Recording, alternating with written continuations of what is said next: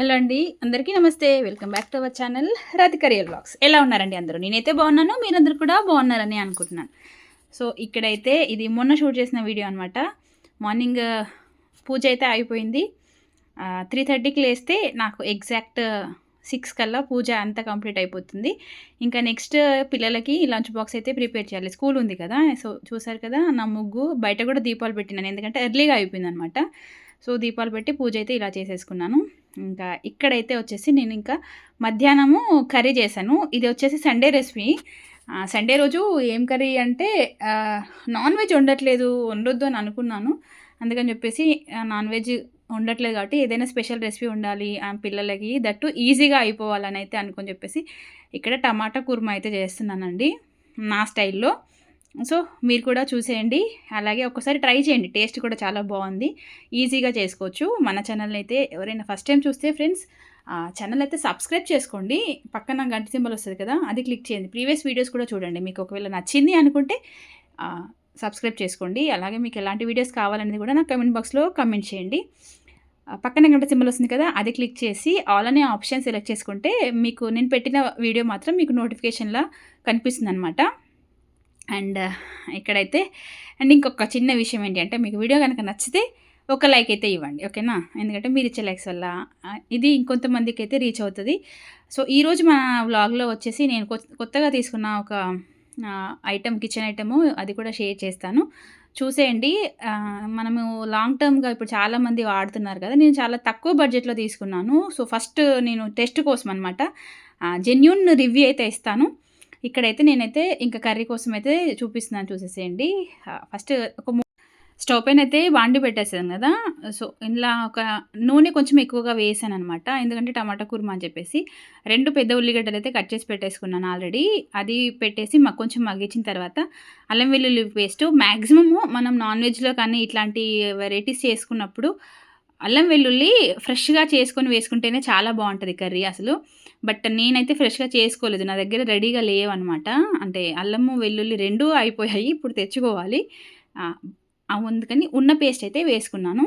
ఇంకా అది ఫ్రై అయిన తర్వాత నెక్స్ట్ మనకు యాజ్ ఇట్ ఈస్‌గా టమాటా కర్రీ ఎలా చేస్తామో అలానే ఇంకా ఇక్కడైతే పసుపు అయితే వేసేసుకున్నాను. అంటే ఈ ప్రాసెస్ మాత్రం ఇక్కడి వరకు ఇలానే ఉంటది.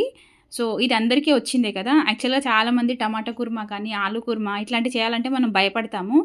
ఇది ఎలా వస్తుందో టేస్టు అది అని చెప్పేసి భయపడకుండా కొంచెం ఏందంటే ధైర్యంగా చేస్తే ఏదైనా బావుంటదండి. నేనైతే అలానే భయపడేదాన్ని. బట్ ఇప్పుడు మాత్రం కొంచెం మార్చుకుంటున్నాననమాట నన్ను నేనుగా. ఎందుకంటే పిల్లలు పెద్దగా అయితుంటే వాళ్ళకి కొంచెం వెరైటీస్ తినాలి అని అనిపిస్తది. అందుకని చెప్పేసి ఇంక మనం కూడా వాళ్ళకు ఏదైనా వెరైటీ ఇంట్లో చేసి పెడితేనే బెస్ట్. ఎళ్లి తినలేరు. బట్ బయట గూడా మనకి ఇంట్లో వండిన కర్రీ టేస్ట్ అయితే మనకు బయట దొరకదు. నాన్ వెజ్ అంటే అది డిఫరెంట్‌లే గానీ, ఇంకా ఇక్కడైతే చూసేసేయండి.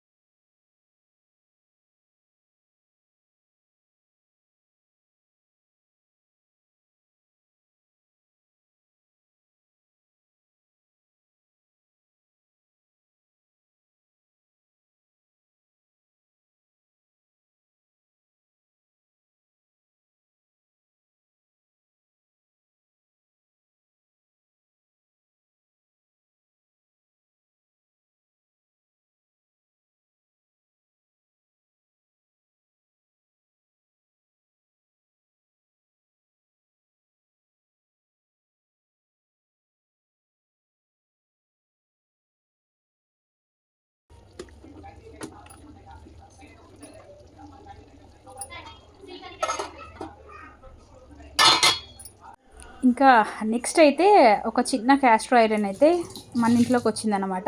ఇది నేనైతే కొనుక్కున్నాను. అంటే ఇప్పుడు చాలామంది ఇండస్ వ్యాలీ నుంచి ప్రమోట్ చేస్తున్నారు కదా, నేనైతే కొనుక్కున్నానులేండి. నేను ఎప్పటి నుంచో అనుకుంటున్నాను ఇండస్ వ్యాలీలో ఒకటి తీసుకోవాలి అని చెప్పేసి. సో దీన్నైతే ఇక్కడ సీజనింగ్ చేస్తున్నాను అనమాట.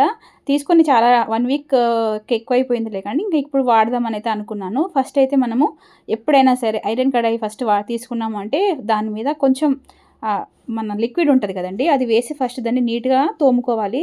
తోమేటప్పుడే నిజంగా నా చేతికి అయితే చూడండి బ్లాక్గా ఎలా వస్తుందో, అంటే దానికి ఆల్రెడీ ఐరన్ అనేది కొంచెం కొంచెంగా ఉంటుంది కదా. సో అదైతే కడిగినా సరే తోమినా సరే కనిపిస్తుంది. కొంచెం అయితే గట్టిగా పీచు ఉంటుంది కదా, స్టీల్ పీచు, అది పెట్టి అయితే రుద్దుకోండి. ఎందుకంటే దానివల్ల మనకు దానిపైన ఉన్న ఫస్ట్ లేయర్ అంతా వెళ్ళిపోతుంది, నీట్గా ఉంటుంది అనమాట. ఎప్పుడైనా క్యాస్టర్ ఐరన్ వాడినప్పుడు, అంటే నేను ఆల్రెడీ ఒకసారి తెచ్చుకొని నాకు తెలియక కొన్ని ఇయర్స్ ముందు దాన్ని సీజనింగ్ చేసి పెట్టాలి అనేది తెలియక ఒక చిన్న, అంటే చిన్నది కాదు పెద్ద బాండియే, కానీ క్యాస్టర్ ఐరన్ కాదు, నార్మల్ ఐరన్ కడాయి తుప్పు పట్టిందనమాట. దాన్ని ఇప్పుడు నేను వాడాలి అంటే అది మళ్ళీ ఏం చేయాలా అని చెప్పేసి దాన్ని పడేయలేక అలా అని వాడలేక పక్కన పెట్టేశాను. సో మీరు ఏదైనా సరే ఎలాంటి క్వాలిటీ తీసుకున్నా దాన్ని కంపల్సరీగా సీజనింగ్ తీసైతే పెట్టుకోండి. ఎందుకంటే ఇప్పుడు క్యాస్టర్ ఐరన్ ఎక్కువగా వాడాలి అంటున్నారు, అందుకని చెప్పేసి ఇంకా నేనైతే అది తోముకున్న తర్వాత ఒక పొడి క్లాత్తో నీట్గా తుడుచుకున్నాను. ఫస్ట్ అయితే వాటర్ పోయేంత వరకు నీట్గా తుడుచుకొని ఇప్పుడు ఆ కడాయిని అయితే స్టవ్ మీద అయితే పెట్టేసాను అనమాట, ఆన్ చేసేసి. ఎందుకంటే అది కొంచెం మనకు హీట్ అవ్వాలి.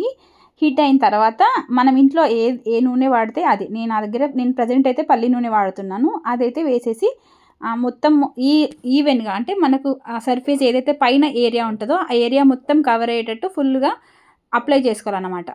బయట లోపల అయినా అప్లై చేసుకోవచ్చు. సీజనింగ్ మనం ఏదైతే ప్లేస్లో మనం వేద్దాం అనుకుంటున్నామో అక్కడ అప్లై చేసేసుకుంటే ఇది లాంగ్ టర్మ్ అండి, 1 టైం ఇన్వెస్ట్మెంటు, తరతరాలకు వచ్చేలా ఉంటాయి అన్నమాట ఇట్లాంటివి. ఎందుకంటే ఒకటేసారి నాకు ఇది 640 వచ్చింది అమెజాన్లో. లింక్ కంపల్సరీగా, యాక్చువల్గా లింక్ ప్రొవైడ్ చేద్దామని నిన్న కూడా చెప్పాను. నాకేంటంటే కొత్త ఫోన్ కొనడం వల్ల నాకు లింక్స్ ఇంకా అమెజాన్ అనేది ఇంకా నాకు ఓపెన్ అవ్వలేదు. నాకు కొంచెం మెయిల్ ఐడి ప్రాబ్లం ఉంది, అందుకే లింక్ నేను షేర్ చేయలేకపోతున్నాను అమెజాన్ నుండి. ఇంకా ఆ రోజు నైట్ అంతా దాన్ని అలా ఆయిల్ రుద్ది పక్కన పెట్టేశాను. నెక్స్ట్ డే మార్నింగ్కి ఇంకా మనం వండుకోవాలంటే, నెక్స్ట్ డే చేయాలి అంటే ఇది ఒక్క చిన్న పని చేయండి. దీంట్లో ఒక ఉల్లిగడ్డ అయితే కట్ చేసేసుకొని కొంచెం ఆయిల్ వేసుకొని హీట్ అయిన తర్వాత ఉల్లిగడ్డ ఫ్రై చేసి పడేయండి, ఒక ఉల్లిగడ్డ. ఎందుకంటే అది దాంట్లో ఇంకా ఏమైనా చిన్న చిన్న పార్టికల్స్ ఉన్నా, ఇంకా ఏదైనా స్మెల్ ఉన్నా, ఏది ఉన్నా సరే ఆ ఉల్లిగడ్డ మొత్తం తీసేసుకుంటుంది అనమాట. ఇది మాత్రం ఫస్ట్ టైం మనము ఐరన్ కడాయి ఏదైనా వాడినప్పుడు ఈ ఒక్కటి ఫస్ట్ టైము చేసి పెట్టేస్తే అయిపోతుంది. ఎవ్రీ టైం అయితే చేయాలని అయితే ఏమీ లేదు. నేను ఎందుకు ఫస్ట్ టైం నేను ఇప్పటికీ 2 రోజులు వాడాను, బట్ ఫస్ట్ రోజు చేశాను అనమాట. ఇంకా అది అక్కడ అవుతుంటే ఇక్కడ నేను దిబ్బ రొట్టె వేద్దాము, ఇడ్లీ పిండి ఉంది కదా, యాక్చువల్గా అన్నీ వెజిటేబుల్స్ వేయొచ్చు, బట్ మా పిల్లలకి ఏంటంటే అవన్నీ వద్దంట, వాళ్ళకి ప్లెయిన్గా కావాలంట. నేను ఆల్రెడీ క్యారెట్ కూడా తురిమి పెట్టుకున్నాను, క్యారెట్ రైస్ చేద్దామని. బట్ అప్పటికి వాళ్ళకి చేంజ్ అయిపోయింది అనమాట మూడు. క్యారెట్ రైస్ వద్దు అని కావాలని ఒకరు టమాటా రైస్ చేసి ఇవ్వనంటే సరేలే అని టమాటాకి షిఫ్ట్ అయ్యి ఇదైతే తురిమిన క్యారెట్ ఏదైతే ఉందో అది దీనిపైన వేసేసి ఉత్తప్పం పైన వేసిస్తే తింటారులే అని అనుకున్నాను. అది ఒక ఆమెకి నచ్చుతుంది, ఒక ఆమెకి నచ్చట్లేదు. ఇలా ఇద్దరు పిల్లలతోనే ఇలా ఉందన్నమాట. నాకు అదే అనిపించింది, ఇంత చిన్న పిల్లలు అయినా కూడా టేస్ట్ల కోసం ఎంత వెతుకుతున్నారో అనేసి.